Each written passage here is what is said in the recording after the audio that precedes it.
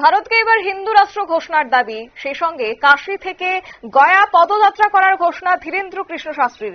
বাগেশ্বর ধামের ধর্মগুরু কর্মসূচি নিয়ে শুরু হয়েছে নয়া বিতর্ক। জানবো বিস্তারিত, আমাদের সঙ্গে যুক্ত হয়েছে প্রতিনিধি সৌম্য মুখোপাধ্যায়। সৌম্য, কি জানতে পারছো? দেখো, আজকে উত্তরপ্রদেশের কাশীতে গেছিলেন বাগেশ্বর ধামের প্রধান ধীরেন্দ্র কৃষ্ণ শাস্ত্রী।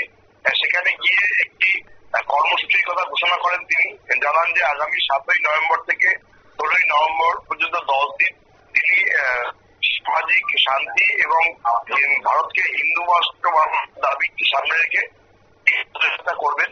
এবং সেই জন্য তিনি আজকে বিশ্বনাথের কাছে এসেছিলেন, মহাদেবের কাছে এসে তিনি আশীর্বাদ প্রার্থনা করেন যাতে দেশ সুরক্ষিত থাকে।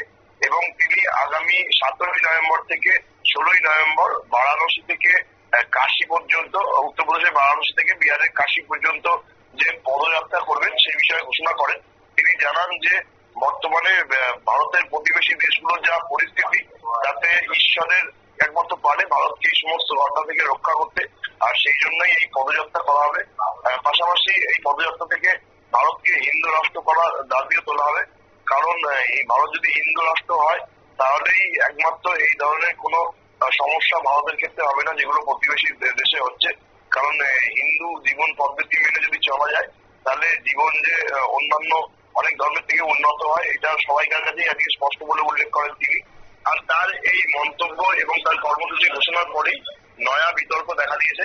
কারণ বিহারে নির্বাচন অক্টোবর সেটার দিকে কি নভেম্বর মাসে হওয়ার কথা, আর তিনি এই নির্বাচনের মধ্যেই যে পদযাত্রা ঘোষণা করেছেন, যেটা উত্তরপ্রদেশ থেকে বিহার অব্দি হবে, এবং তার এই যে দাবিতে তিনি পদযাত্রা করবেন, হিন্দু রাষ্ট্র ঘোষণার দাবি ভারতকে, সেইটা ভোটের সাধারণ মানুষের মনে অনেকটাই প্রভাব ফেলবে বলে মনে করছে বিরোধীরা।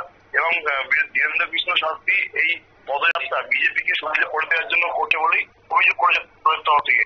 আর বিষয়টি নিয়ে তিনি পদযাত্রা ঘোষণা করার পর থেকেই বিতর্ক শুরু হয়েছে। ফলে আগামী দিনে তিনি যখন পদযাত্রা করবেন তখন এই বিষয়টি নিয়ে বিতর্ক আরো তুঙ্গে উঠবে বলেই মনে করছে অভিজ্ঞ রাজনৈতিক মহল।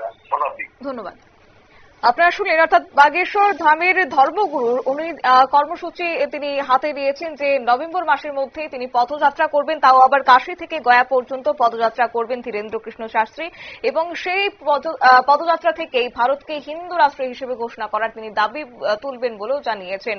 যাই হোক, ওনার এই মন্তব্য এবং ওনার এই সিদ্ধান্তকে কেন্দ্র করে কিন্তু একটা রাজনৈতিক মহলে তুমুল বিতর্ক শুরু হয়ে গেছে। নিয়ে নিচ্ছে ছোট্ট একটি বিজ্ঞাপন বিরতির, সঙ্গে থাকুন।